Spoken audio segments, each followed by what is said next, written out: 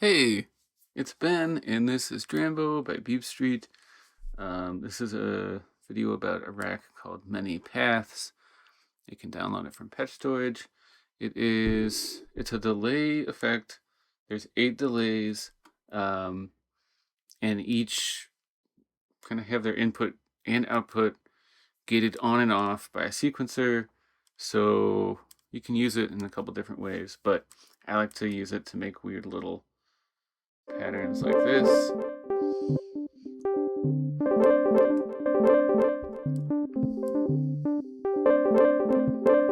And you can record in using one sequence and then change the sequence.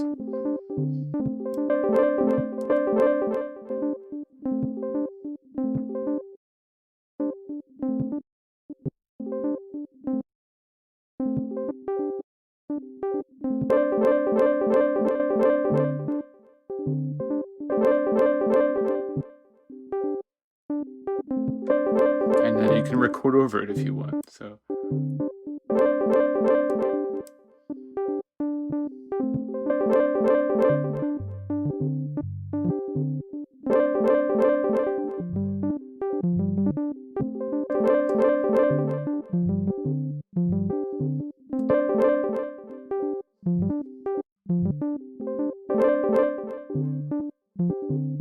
and you can kind of I use it as a looper, and you can clear one loop and keep going, and then like record back into the loop if you want to. Likewise, you can turn input on and off. A couple different parameters you can control for each delay or each loop.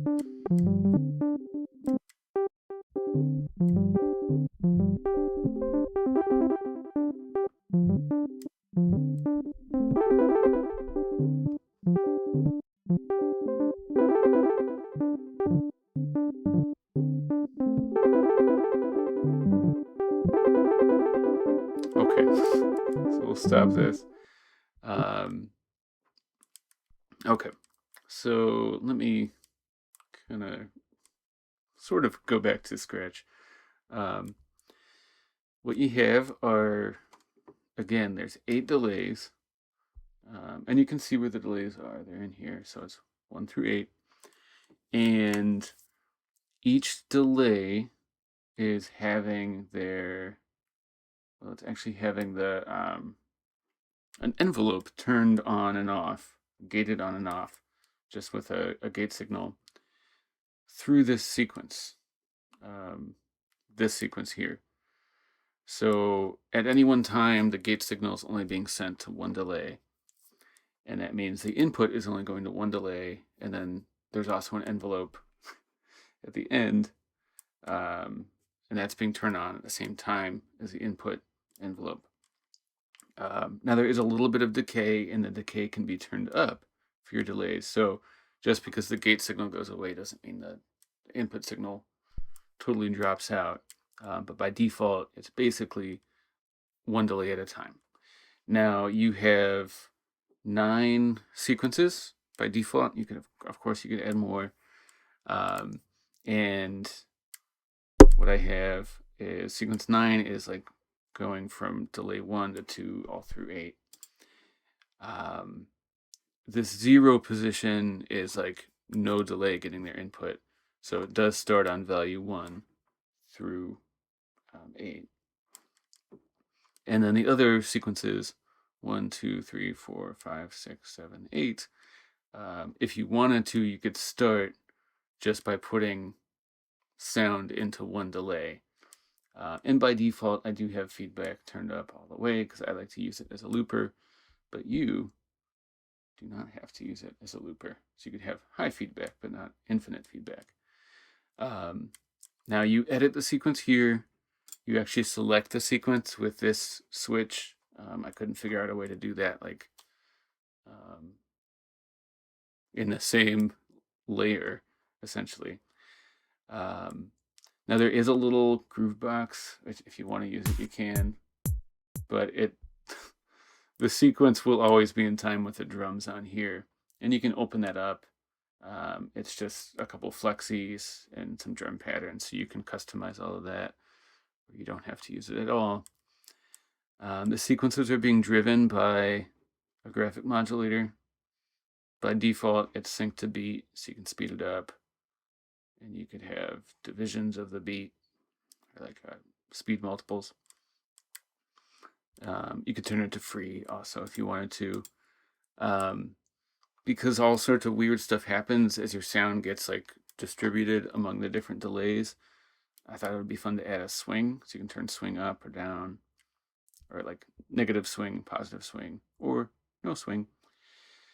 And then when you open the rack, these will all be like shrunk, all these sections, but you can control the input volume.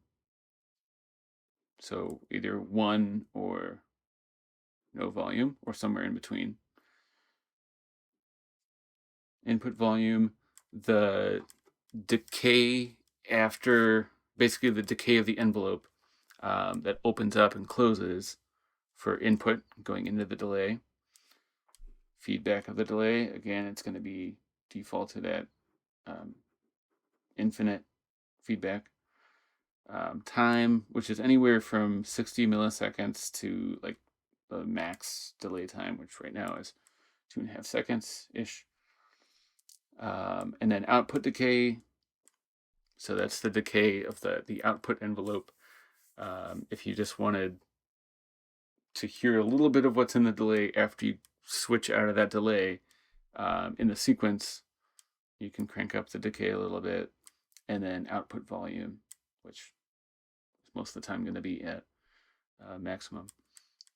So it's really not too hard to come to grips with, I don't think. I'm going to start doing something from scratch. Let's make sure nothing is weird in here. No, it all looks good. So this time I'm going to like play into one delay. I'm going to make it a little bit longer. And then we'll start building something. So right now I'm writing into delay 1. So just like a really simple loop. And then I'm going to go to delay 2. You can see here it's delay 2, but I'm actually switching over here.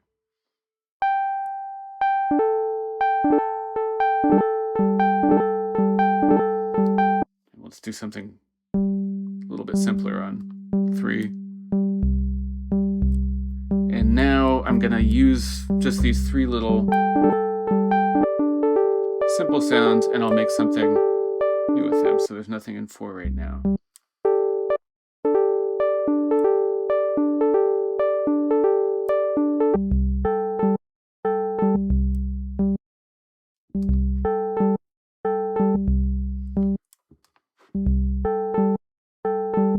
Okay, so I could mess with the speed now. And it's not going to change the speed of the delay. It's just changing the sequence. We can make it go really slow. We can make it go backwards through the sequence if we wanted to. Now, I already have stuff in loop 1, loop 2, and loop 3. There's nothing actually in loop 4. So if I want, I can turn the input off. A couple of these. So now when I play something, it's only going to write into this 4th delay.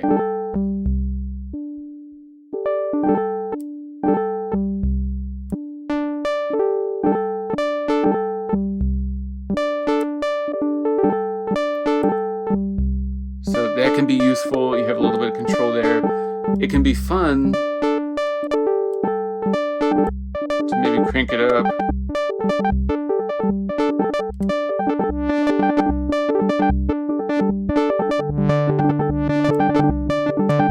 So that, and turn this down. In this case, your sound is kind of getting chopped up in between the delays, and it's sort of getting like scrambled a little bit.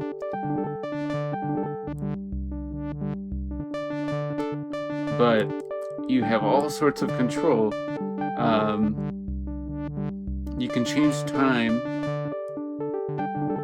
To like commit any of these values here, you have to hit trig. That basically updates a bunch of sample and hold modules that are storing the modulation value for the different parameters here.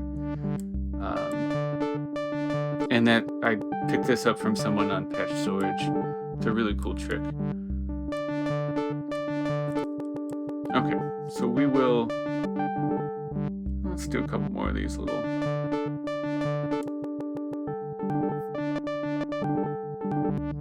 So that can really open up, you know, you can have something played in and you can change the time.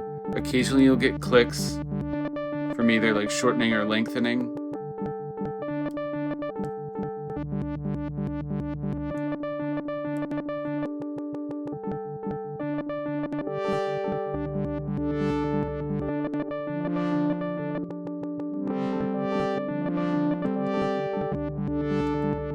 So again, this is not like a really precise way to make music, but you can get all sorts of happy little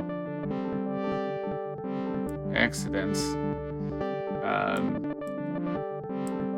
And it might sound a little bit just more like cohesive if we do add in a couple drums. You can hear some more order. Kind of. And then if you want to clear it, just go to feedback, make everything minimum, hit trig, and it'll stop repeating. Yeah, I mean, that's pretty much it. So if you wanted to, you could just use this as like a cool little delay effect without having the feedback turned all the way up. And that would sound more like this. I'm just going to very quickly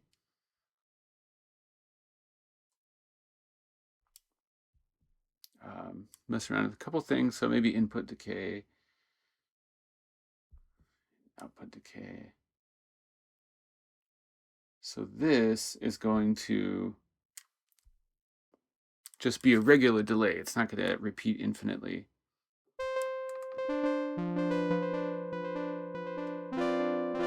And it's going to switch between those delays. And I actually don't want any output decay, so it's going to, you can hear it switch.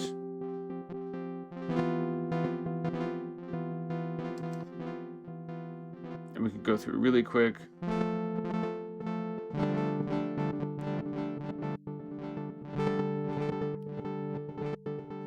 Or we could do it like slow.